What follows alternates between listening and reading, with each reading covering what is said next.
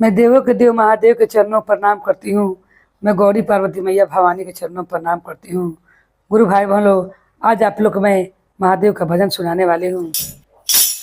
सखी हो कौन गुनवा बारे तहरा भोला में, चर्चा हो के गाँव टोला में ना।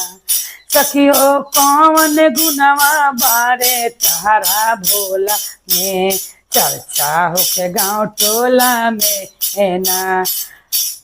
ओटा अनारा के आँख देहले कोरिया के काया, उता अनारा के आँख देहले कोरिया के काया। सखी हो यही गुनवा बारे हमारा भोला में, चर्चा होला गाँव टोला में ना। सखी हो यही गुनवा बारे हमारा भोला में, चर्चा हो के गाँव टोला में ना। पार्वती हो कौन गुनवा बारे तहरा भोला में, चर्चा हो के गाँव टोला में ना। गौरा कौन गुनवा बारे तहरा भोला में, चर्चा हो के गाँव टोला में है ना। उता निराधन के धन देव से भगतन के माया, उता निराधन के धन देव से कोरिया के काया। सखी हो यही गुनवा बारे हमारा भोला में, चर्चा हो के गाँव टोला में है ना।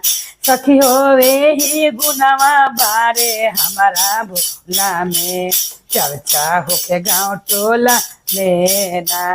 पार्वती हो कौन गुनवा बारे तहरा भोला में, चर्चा हो के गाँव टोला में ना।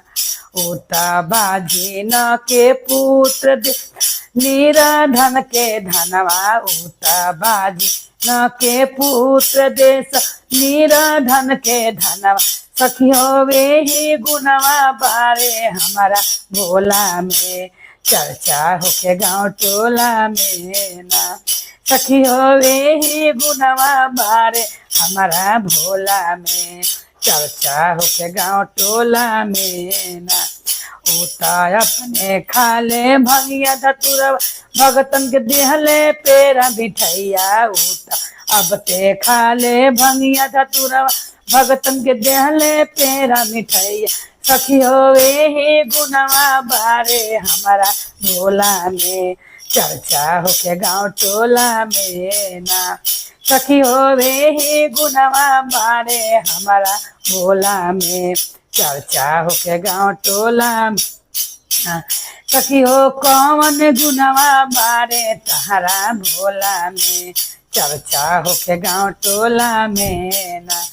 उता अपने रहस फलानी, भगतन के दिहले महल अटारी। उता अपने रहले फलानी, भगतन के दिहले महल अटारी। हो सखी हो ही गुनवा बारे हमारा भोला में, चर्चा हो के गाँव टोला में ना। सखी हो ही गुनवा बारे हमारा भोला में, चर्चा हो के गाँव टोला में ना।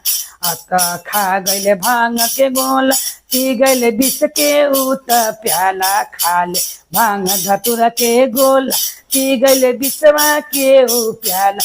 सखी हो ही गुनवा बारे हमारा भोला में, चर्चा हो के रोज टोला में ना।